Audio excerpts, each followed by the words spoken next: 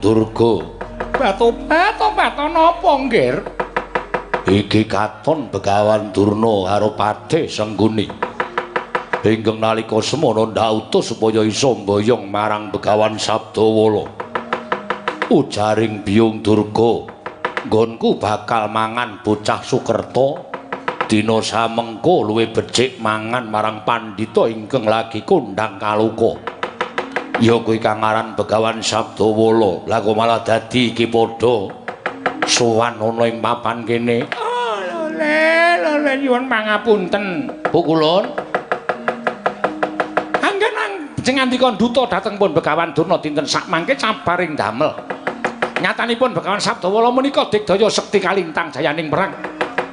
Nadyan kula gegira mawi tembung ingkang sajaipun supados piyambakipun menika nggadahi raos kuwatir parandene beguguk.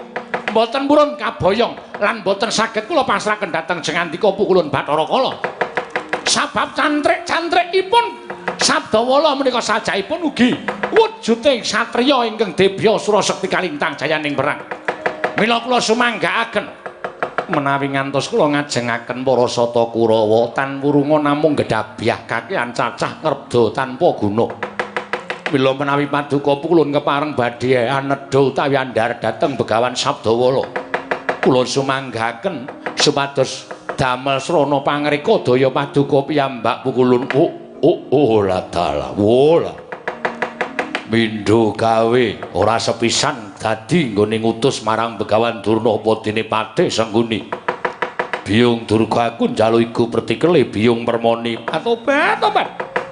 Kala. Nggih.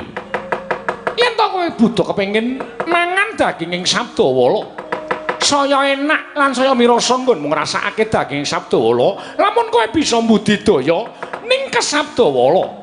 Kula wektu dina iki dadi ana kaludhangan nggonmu bakal bisa ngasorake kadedaning Sabdawala, ing kono bisa mangan Sabdawala. Yen kowe bisa mangan daginging Begawan Sabdawala, tobat. Kowe bakal marek 7 taun suwine Bathara Kala.